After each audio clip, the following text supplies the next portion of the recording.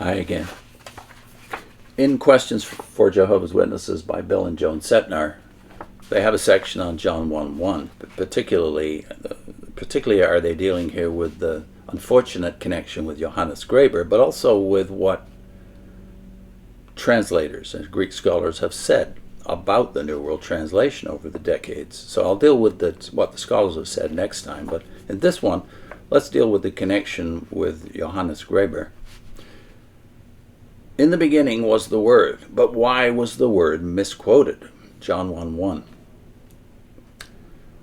This text, the Word was God, has been a problem for 4 presidents of Jehovah's Witnesses. C.T. Russell thought he found relief when in 1876 N.H. Barbour, an Adventist, introduced him to Wllson's emphatic Diaglott.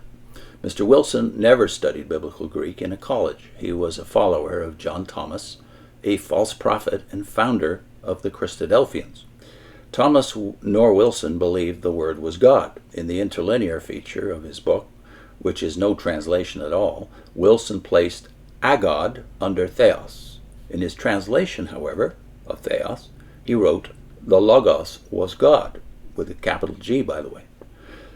F.W. Franz, the current president of Jehovah's Witnesses, now this is written in the 1980s, realized the deficiency of the Diaglott and decided to translate his own Bible, called the New World Translation of the Holy Scriptures. Mr. Franz never studied biblical or Koine Greek. He did not graduate from any college, nor did he receive a Rhodes Scholarship, as he claims. He translates the phrase, the Word was agod, small g. In his Kingdom Interlinear, he interlineates, God was the Word, God, small g, and Word, capital W. Such a translation creates another God. To us, Paul says, there is but one God.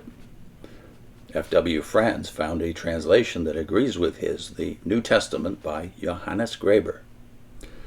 Who was Johannes Greber? He is the author of another book, Communication with the Spirit World of God. In it, Greber writes on page 300, quote, after I had convinced myself at the spiritistic meetings that God's Spirit speaks to men, that God's spirits, rather, speak to men through mediums, as they had spoken to the early Christian communities, that's quite a claim, my first thought was to beg for full enlightenment on these problems concerning Christ. Who was Christ? My request was granted to the smallest details, and that knowledge thenceforth constituted the most precious possession of my soul. In what follows, I shall repeat the truths regarding Christ, his life, and his work of redemption, as they were imparted to me by the Spirit which taught them. He seems to have, at many occasions anyway, been listening to one particular spirit who I can't remember him naming. The Spirit said, quote, at that time you were told that Christ is the highest of the spirits created by God and the sole one to be created directly. Christ himself was not God, but only the first of God's sons, unquote. It is interesting that this is exactly what Franz, the president of Jehovah's Witnesses, teaches. Franz claims to get information from angels also. The Apostle John warns, beloved, do not believe every spirit, but test the spirits to see whether they are of God. For many false prophets have gone out into the world. That's 1 John 4, verse 1. Greber's translation is directly from the demon world.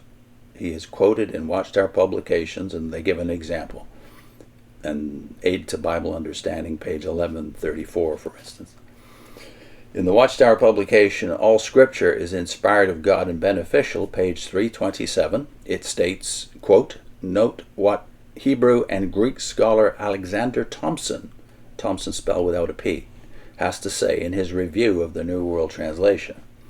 Quote, the translation is evidently the work of skilled and clever scholars, unquote. That's from the Differentiator, April 1952. This sentence is another Watchtower lie. The late Mr. Alexander Thomson was not a Greek or Hebrew scholar. He, in fact, did not even formally study Greek or Hebrew in any school, according to his co-editor, Dr. Frank Neil Pahorlak of Inglewood, California. Mr. Thomson was employed in a bank in Scotland and did not believe that Jesus was God. Now, if you have more info on that, I'd like you to pass it on to us, because when the Cetnar said this, I had no way of verifying or unverifying their claim. But I know about Greber. We've done many videos on Greber. What they say here about him is absolutely true. And I'm going to put a link on to what Greber said about Jesus Christ, more extensive than what is claimed here. And the parallel, the scary parallel to JW teaching. And also, I'll put a link onto the Greber playlist we now have. See you next time.